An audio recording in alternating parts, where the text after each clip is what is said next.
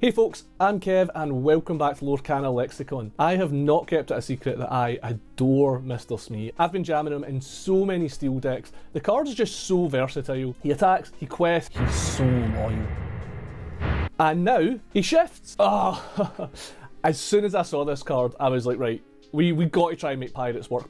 Because Pirates have felt so close so many times in the last few sets, and I feel like now with Azurite Seas, we might finally be there. So I've put together two pirate decks. They're both ruby steel. I really wanted to make an emerald pirate deck work. The new Captain Hook's amazing. Y'all know how I feel about set 1 John Silver. But outside of those two cards, it just felt like it was lacking. So both the decks today are red steel, but they're both very different. And the second deck I'm going to talk about is very budget conscious. You can build the second deck for only $20, which is insane. It's one of the reasons I love this game. Before we jump into looking at the deck list though, last week I ran a giveaway and we're running another one today, so let's jump over and talk about those giveaways. Thank you everyone who commented and liked on the box opening video. If you haven't checked it out, go check it out because some really sick pulls. The winner of that giveaway was Rosie Droid. I have commented on your original comment to let you know you've won. YouTube's removed direct messaging, so I couldn't send you a DM, but get in touch with me, Rosie Droid, and we'll sort that out.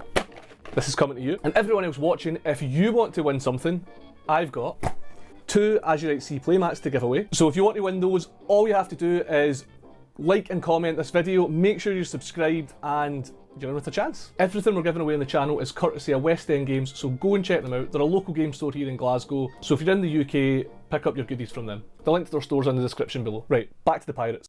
Unsurprisingly, given its name and theme, Azurite Seas has brought us a slew of new pirates. I've already talked about Shift Smee, but really the card that inspired me to go on and start trying to brew pirate decks was the new Wendy Darling Courageous Captain. This card does a power of work and is so reminiscent of Pirate Piglet. If you've got another pirate in play, it attacks for 2 and quests for 2, so it's a 2-cost evasive threat that's questing for 2 every turn and threatens to clear out your opponent's small Diablos or even the big Diablo after it's shifted that can just trade off. Trying to find a home for Wendy Darling was my #1 priority when starting brewing here. The other exciting new pirate we've seen is Moana, who is a 1-cost 3/2. These are potentially the best stats we've ever seen on a 1-cost character. It does have the downside that it can't challenge unless there's a captain in play, but we've made sure to chock this deck full of captains, including Wendy Darling and the new Smee. The other new pirates making into this list are another 2-cost Mr. Smee, nowhere near as good as the Shimmering Skies Mr. Smee, but it's still another shift target for the Captain of Jolly Roger, and the fact that it's evasive on your turn means that, again, it can answer these really important Diablos. John Silver Ship's Cook is another new card that's very reminiscent of Pete Games Referee. Now, both of these cards are making it into this list because they're just solidifying Steel's role in this game as a control colour, restricting the things your opponent can do.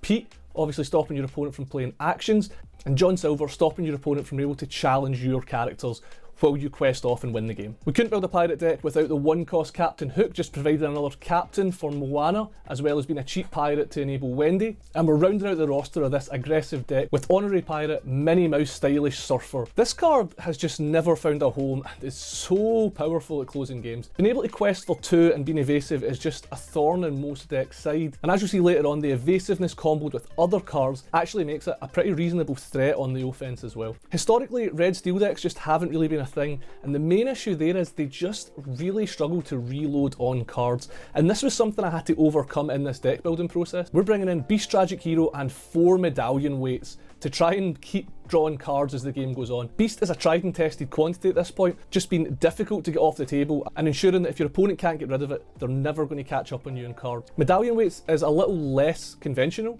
but I really like what it's doing in this deck. For people that haven't read it before, you can pay 2 and exert it to give a character an extra 2 attack, and when they challenge another character, you draw a card. So what this means is, your pirates have the ability to trade up, and even if they don't take out the thing they're attacking, you're still going to draw cards. So basically you can use medallion weights to give up pressure by questing to generate card advantage by attacking. I really like what it's doing here, turning our kind of small beaters into actual threats and just allow us to play into the long game. Since we're not a blisteringly fast aggro deck like some of these yellow, purple and green aggressive strategies, we're going to have some answers and play more of an aggro mid-range game here. So things we're used to seeing out of these colours, we've got Brawl, we've got Maui, we've got a Long Came Zeus. We've got a reasonable number of 3-cost characters in our deck, so Let the Storm Rage On is another way to leverage ink advantage by singing and also keeping the cards flowing while answering our opponent's threats. and we've got a couple of obligatory babooms. We could have played more uninkable removal actions, but I was getting a bit worried about our uninkable count, and we just need early answers to Diablo. Here's what the full deck looks like, and the strategy here is to try and curve out with pirates, playing Moana, Captain Hook in the early game, then a Wendy Darling or a Mr. Smee and start questing for 2. You're then going to leverage your John Silvers and Pete's to stop your opponent from playing the game they want to play, or you're using your Mini Mouses to continue to apply pressure. Going into the mid game, we're going to use our Beasts and Medallion weights to keep our card count up, and we're going to keep our opponent's board under control with Shift Smees, Maois and our removal suite. We can also assemble absolute blowout turns by shifting Smee and have him instantly singing along Came Zeus, decimating our opponent's entire board state. I really like this deck. It does everything I want a Lorcana deck to do. It presents early threats, it presents efficient answers, it's aiming to go under the big item decks, it's trying to play one turn faster than the purple decks, and it's trying to play one turn slower than the aggro decks, giving you flexible options in a lot of matchups. Now the second deck we're going to look at is based around a pirate who has failed to find a home for some reason, because John Silver, Greedy Treasure Seeker, has just got a lot of new friends in Azurite Sea. John Silver, Greedy Treasure Seeker has been waiting a long time to be broken, and he has always felt so close. Having just one location in play gives you a 3-cost resist 1 that quests for 2. Having any more than one location into play, this card becomes absurd. Sometimes just stealing games the same way Tamatoa does in a couple of turns. The base of this deck is very similar to the previous list we looked at, playing 4 Moana, 4 Hook, 8 copies of Smee, the Shift Smee, 4 Wendy Darling and 4 John Silver Ship's Cook. Where this deck differs is because we're playing around John Silver Greedy Treasure Seeker, we need to have a locations matter theme. And luckily, Azurite Sea has delivered with 2 new cards. The first and most important one to this strategy is Minnie Mouse Pirate Lookout. Minnie says, once during your turn, whenever a card is put into your inkwell, you can return a location from your discard to your hand. This is groundbreaking for the locations decks, because the issue has always been your opponent punches away your locations and your locations matter cards now doing nothing, or you were discouraged from playing locations on turns where you couldn't put pressure on your opponents to punish them for attacking them. Minnie Mouse allows you to just throw down locations. If your opponent wants to waste time answering them, that's great for you, buying you lots and lots of time in the matchup, and allowing you to rebuy one every single turn as long as you can ink. Minnie Mouse accompanying John Silver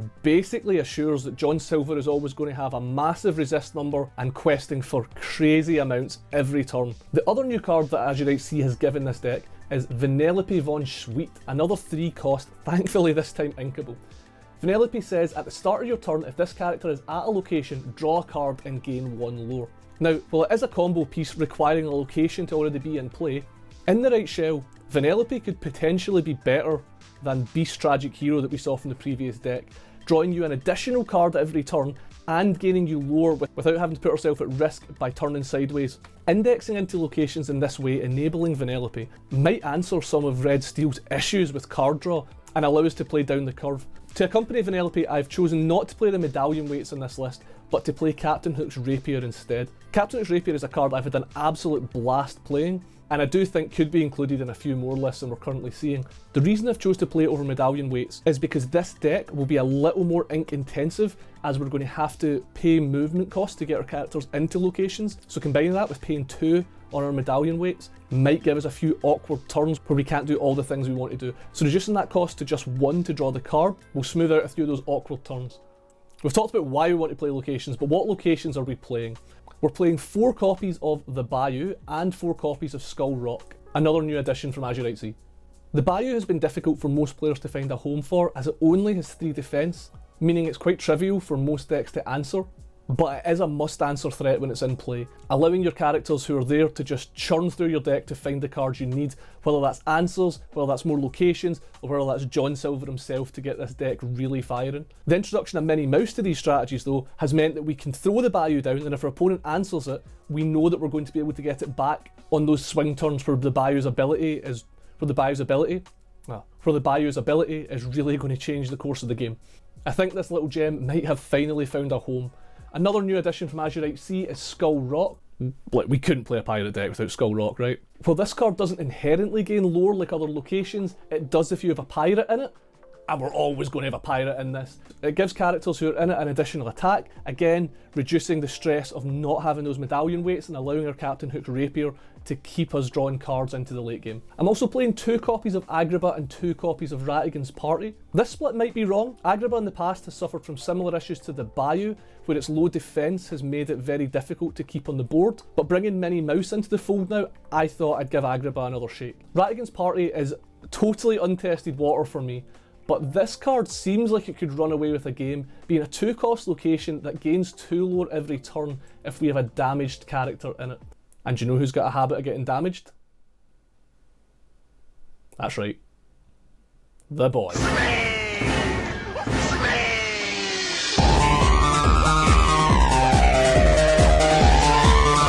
Ratigan's Party will allow us to steal games off of the aggro decks as well by keeping up with our lore production rates when one of our creatures gets a damage from attacking one of theirs, and they're never able to pressure it down because it's 7 defence. Here's the full list for the Pirates Grotto deck. We've rounded out the list with 3 Babooms and 3 Brawls.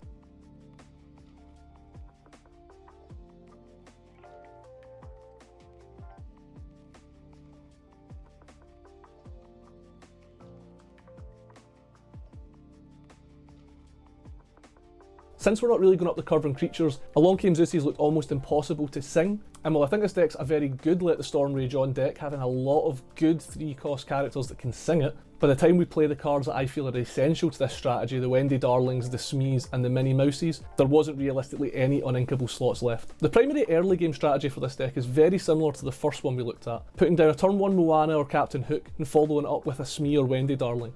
From that point on, we have a lot of good pivot points though. We can put down our roleplay characters, John Silver, Minnie Mouse or Vanellope, which all threaten to take over the game once the location gets involved. Additionally, we can waste our opponent's time by throwing down locations, relieving a lot of pressure from our characters, and allowing us to make the trades we want to make, as our opponents are forced to come at our locations and not at our characters.